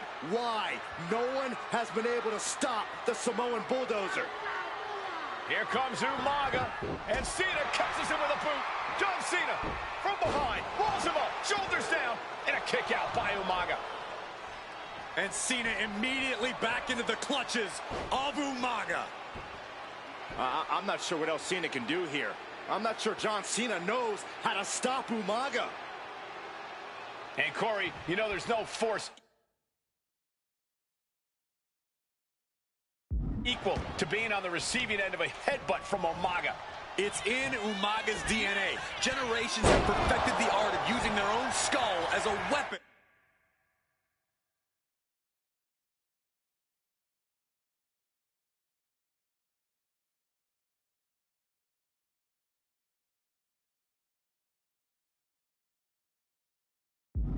That could stop an elephant. Pulls their opponent in. Belly to belly. Sometimes I look at Umaga and it just scares me. I think he forgets that he's even in a championship match. Rearing way back. Samoan spike. Are we headed towards a title change? Oh, right to the throat. And Cena is taking on a lot of offense now. Cena's just trying to weather the storm. Elbow throw, saying not today. Cena and Umaga going head to head. Here we go. It's popping off. Just teeing off with that fight forever vibe. So much pride, so much resiliency on display. Catches a punch. Cena, look at this power onto his shoulders. Altitude.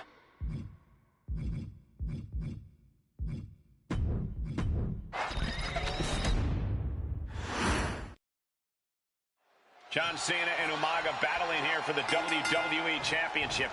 Will John Cena halt the Samoan Bulldozer's path to destruction? Cena's going to have to go all out to accomplish that. No one has been able to withstand Umaga thus far. This brutal Samoan has made a mockery of his challengers and is perhaps the ultimate super heavyweight threat. As Cena could be in for the greatest challenge as champion tonight. But if anyone can overcome the terrifying ruthlessness of Umaga, it has to be John Cena.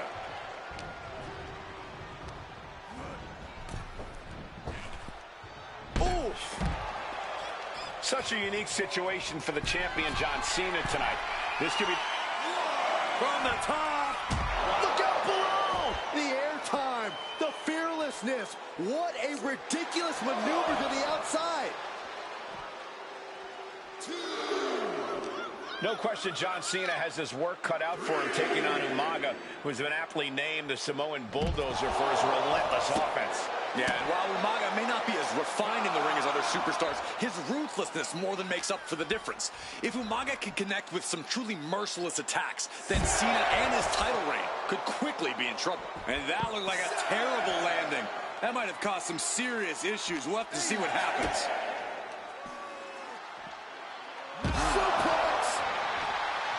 Umaga is truly a specimen to marvel at, Corey. And his handler, Armando Alejandro Estrada, knows he has the champ with the cover. Gets the shoulder up instantly. He is going to take this match as long and as far as he needs to. Disrupts the attack with an elbow to the gut. Oh! Oh! Ooh! On the apron. Side steps and counter into a backbreaker. And that cuts Cena right off. Stiff headbutt. And would you look at that? He's been busted wide open. This is not good. Oh, heavy contact into the steel steps. And as you see Cena's legs bent awkwardly off the steel steps, Umaga really pinpointed a target with that attack. I don't know if it was strategic on the part of Umaga or just a result of his rampage. But either way, taking out Cena's foundation is going to sway the power advantage into Umaga's favor now. A rare position for Cena in this fight. We can't often say that John's overpowered in a matchup, but this 360-plus pound Samoan bulldozer is more than a formidable opponent. Listen, sometimes when there's a fight, you're not always going to be the biggest. You're not always going to be the strongest. And even if that is the case for Cena tonight, John Cena has never met a fight he didn't like. Cena will try to gain strength from this capacity crowd in Kansas City, but not even that may be enough to stop a rampaging Umaga. Setting him up for the flatliner. Boom! Oof. Cena has no control here. Umaga is simply overpowering John Cena right now. Cena tonight attempting to do something no one else has been able to do. Be it HBK, Triple H.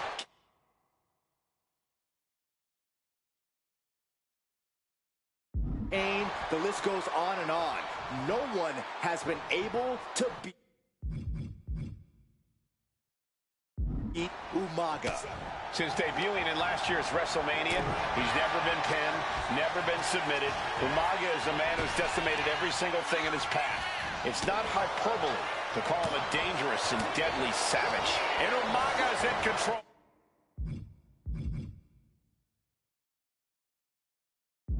Cena has no response for Umaga's savage and brutal offense. Targeting the throat there.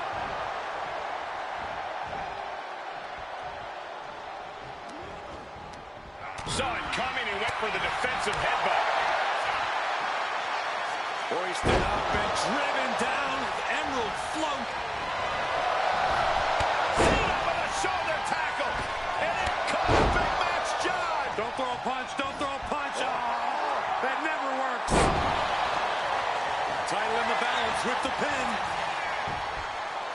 The challenger fending off the 2 count. Somehow still has the energy for a quick kick out.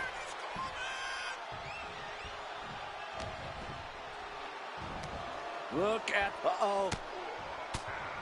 Umaga with the retaliation. Straight impact on the throat. Super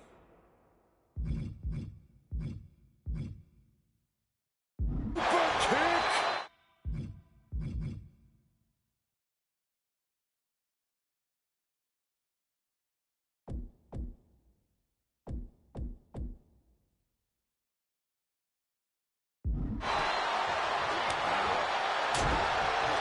To the throat.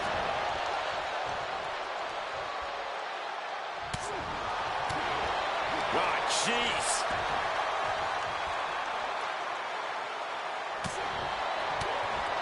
Piercing the throat.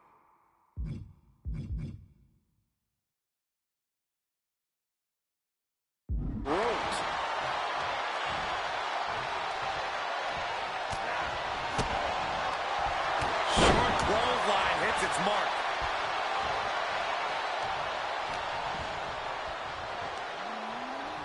Up on their shoulders. Down in a hurry. And I could look at Umaga and he reminds me of Yokozuna. His unmatched thickness and size is an orthodox offense. Look at Umaga's thighs, his calves. They give him a great power and a great base. It makes him almost impossible to knock off his feet. He's thick, he's strong, he's nasty, and he won't be slowed down. An uninterrupted surge against Cena here. Umaga continues to maintain the advantage.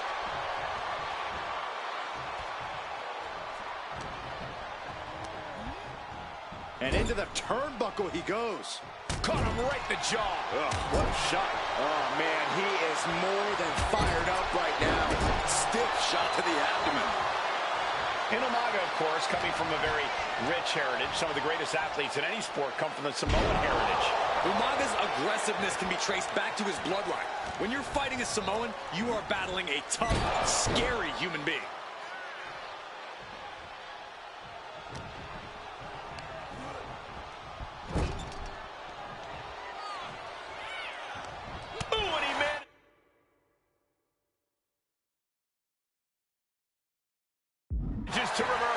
And Cena puts a quick stop to the momentum that was mounting against him. Cena's never give up attitude, shining through once again. Driven through the ground.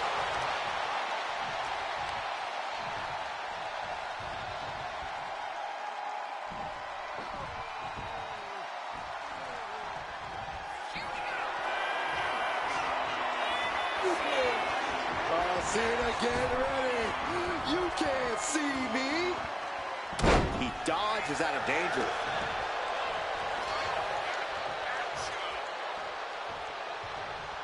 Power slam.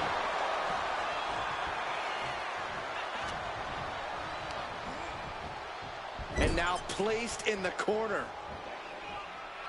And Cena flattened in the corner. Umaga's just overpowering him. Look at the strength. Into the corner, just setting Cena up. You have to start to ask yourself, is the end of John Cena near? I think so. Look Out out! a headbutt. No one has been able to stop Umaga. No one. You are seeing why Umaga is undefeated. Why no one has been able to stop the Samoan Bulldozer. Here comes Umaga, and Cena catches him with a boot. John Cena from behind, rolls him up, shoulders down, and a kick out by Umaga. And Cena immediately back into the clutches of Umaga. I'm not sure what else Cena can do here. I'm not sure John Cena knows how to stop Umaga. And Corey, you know there's no force equal to being on the receiving end of a headbutt from Umaga. It's in Umaga's DNA. Generations have perfected the art of using their own skull as a weapon that could stop an elephant. Manages to... And here's John Cena. Kick to the midsection. Here we go. Swinging the elbow to halt the offense. Oh, what a clubbing blow. Two powerhouses, a championship on the line. We knew this would be a battle. Umaga and Cena aren't giving up any ground here. Rapid fire Samoan drop.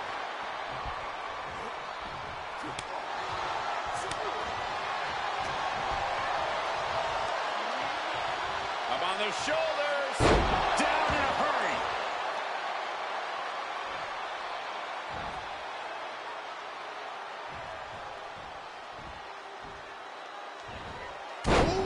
Jumping headbutt. And Umaga's in control. Cena needs to find some energy fast. Pumped right now. Nice takedown, stack for the pin. Got it. No, just a two. This is no time to hesitate. You can feel the end coming. What is Cena doing on the top rope? John Cena, you can't see me. Counters on top of counters, and these opponents are at an impasse. Brings down a hammer to turn the tide. Cena and Umaga are out of control, taking each other to their absolute limits. This has been as physically intense as we expected. Headbutt. Cena now taking the brunt of the attack. Full focus from Umaga. Pulled in for belly to belly. And blow after blow being absorbed by the midsection. That has to... This'll do it. Umaga. Samoan spike. Can the champ recover from that? Oh, the champ avoids a 3 count. Based on what we just saw, I think this match is far from over. Who knows what that kick out cost? The champ... winding up. There's a Samoan spike. Goes for the pin. The challenger clearing a... New champion. An undefeated champion. Here is your winner, and the new WWE Champion, Umaga! This proves it. Truly no one can withstand Umaga. The Samoan Bulldozer has wrecked his way straight to the WWE Championship.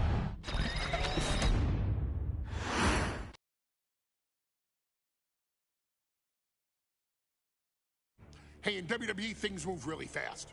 If you aren't present in the moment, it can feel like a year goes by in only 2 or 3 minutes. That's why you always have to make time to make sure that you check. Hold on. Did I just hear myself say 3 minutes? Stop.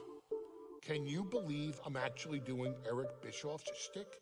In the early 2000s, few words sent a shudder through the roster like the words 3 minutes, summoning the fearsome duo of Rosie and Jamal, collectively known as the 3-minute warning.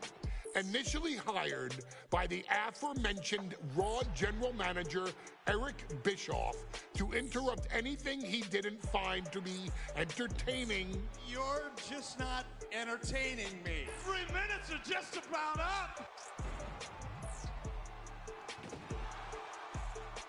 The two instantly made their mark in WWE with their complete and total decimation of anyone that was targeted. Their formula was